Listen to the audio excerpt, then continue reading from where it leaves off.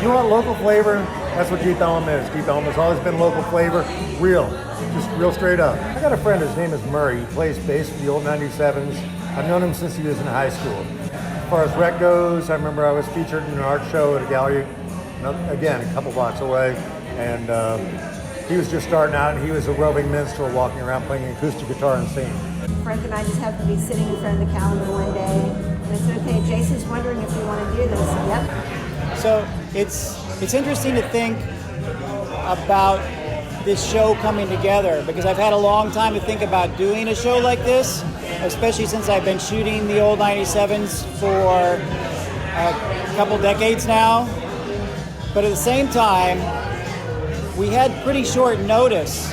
The show came together somewhat last minute, and right up to the very end, a couple pieces came in yesterday and the day before, and Frank and I were in here hanging the price stickers and the titles at 6 p.m. today. So I am finally just getting a chance to take a breath and enjoy the show myself.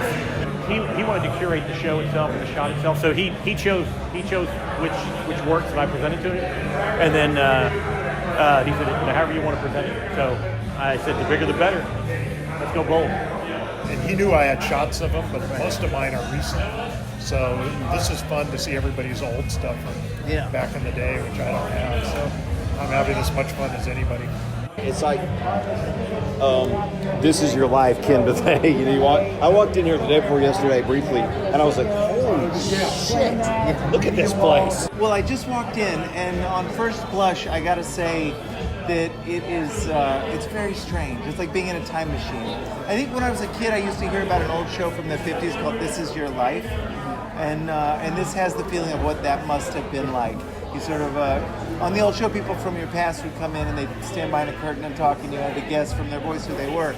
That's a photograph of a page from a songwriting notebook from 2012, where I had a song called Guadalajara that I ended up about a year later deciding to rescue from the scrap heap and use on the old 97's Most Messed Up album.